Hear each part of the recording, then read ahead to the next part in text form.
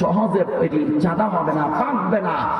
আর এই জায়গার ভিতরে চুলের গুড়া মজবুত করবে, শক্ত করবে, আর খুশকি আপনার অন্য কোন জীবাণু আল্লাহ দূর করে দিবেন। এক কথা, জাইতুনের তৈল একটা আপনার মেডিসিন, ওষুধ হিসেবে আল্লাহ ব্যবহার করার কথা বলেছেন। কথা কি কষ্ট হইতেছে? সূরা 3 থেকে আমি কথা বলতেছি ইনশাআল্লাহ, যেহেতু আমাকে বলছে একটা বিষয়ের উপরে কথা বলার জন্য। এই যে ইমাম সাহেব আছেন, জিজ্ঞাসা করেন। ভাইয়ের আমার, আরেকটা কথা আপনাদেরকে জানাই দিই স্পষ্ট ভাবে।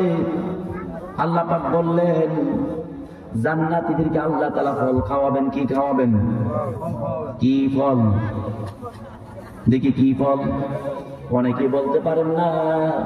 এবার প্রথম একটা প্রশ্ন করি, আবার সহজ একটা প্রশ্ন করব, পারলে উত্তর দিবেন, না পারলে কোনো আপনাদের জন্য শাস্তি নাই। ভাইয়ের আমার, জান্নাতের মধ্যে যখন নাকি মানুষ জান্নাতি মেহমানরা ঢুকবে, ঢোকার পরে সর্বপ্রথম আল্লাহ মেহমানদারি করবেন কি দিয়া?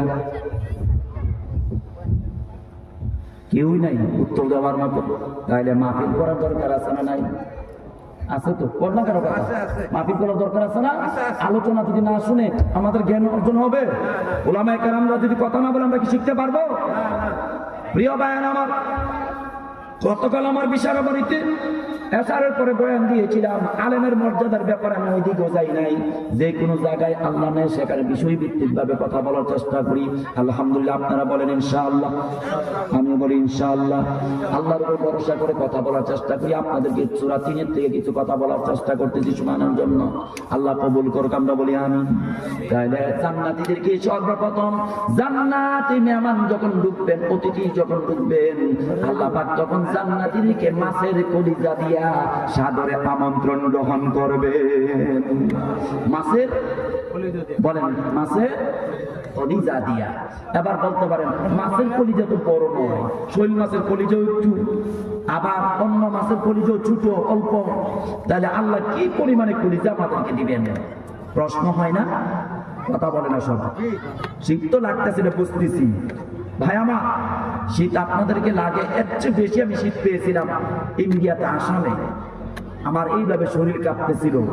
যেখানে আমার মাহফিল ছিল, জেলার নাম হচ্ছে টাকলিছড়া জেলা। কি জেলা বলছি বলুন তো? টাকলিছড়া জেলা।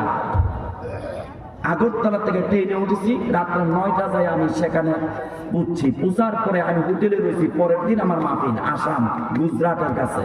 জেলার নাম হচ্ছে টাকলিছড়া জেলা। সেখানে পরের দিন যে মাহফিল করেছি, যাওয়ার পথে দেখছি পৃথিবীর মধ্যে মানুষ যে কত কষ্ট করে ট্রেনের মাধ্যমে যখন